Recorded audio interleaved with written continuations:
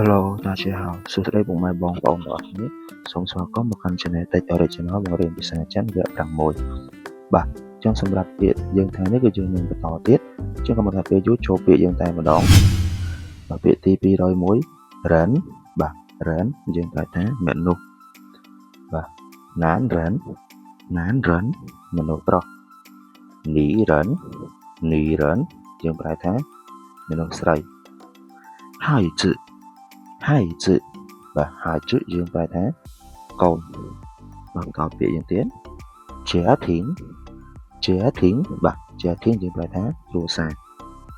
ផឹងយោបាទផឹងយោយើងប្រែថាមិត្តភក្តិអាយ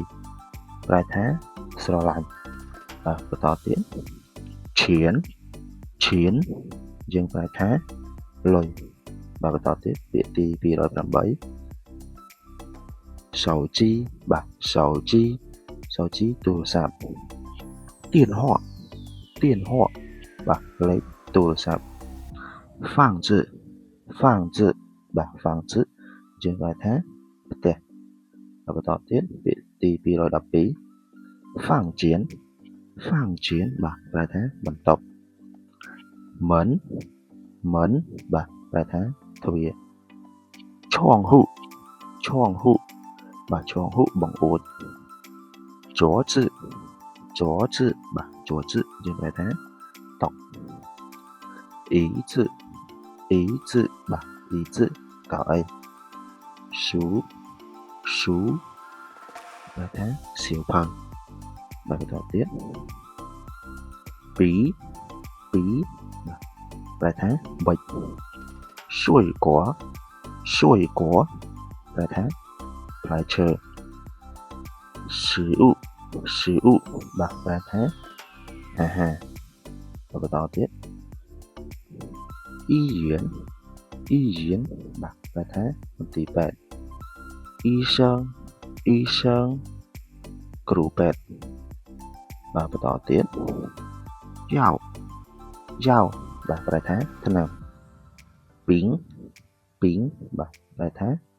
ជំងឺថងបាទប្រែថាឈឺហ្វាសាវប្រែថាក្តៅខ្លួនខសប្រែថាក្អកបាទបន្តទៀតជៀនខាងបាទជៀនខាងប្រែថាសុខភាពខយលៈប្រែថារីករាយសងឈីប្រែថាខឹងកៅសិងសប្បាយចិត្តណានគក់ប្រែថាពិបាកលៃប្រែថាហត់បាទបន្តទៀតជីនចាំងបាទជីនចាំងយើងប្រែថាភ័យអានជីងយើងប្រែថាស្ងាត់បាទបន្តទៀតឆាវយើងប្រែថារញ៉េរញ៉ៃកានជីងប្រែថាស្អាតចាំងបាទចាំងយើងប្រែថាប្រឡាក់របាទប្រែថាក្តៅឡើងត្រជាក់អញ្ចឹងសម្រាប់ពាក្យយើងថ្ងៃនេះក៏បានដល់ទីបញ្ចប់ហើយរងចាំពាក្យទី7ទាំងអស់គ្នាសូមអរគុណសូមជម្រាបលា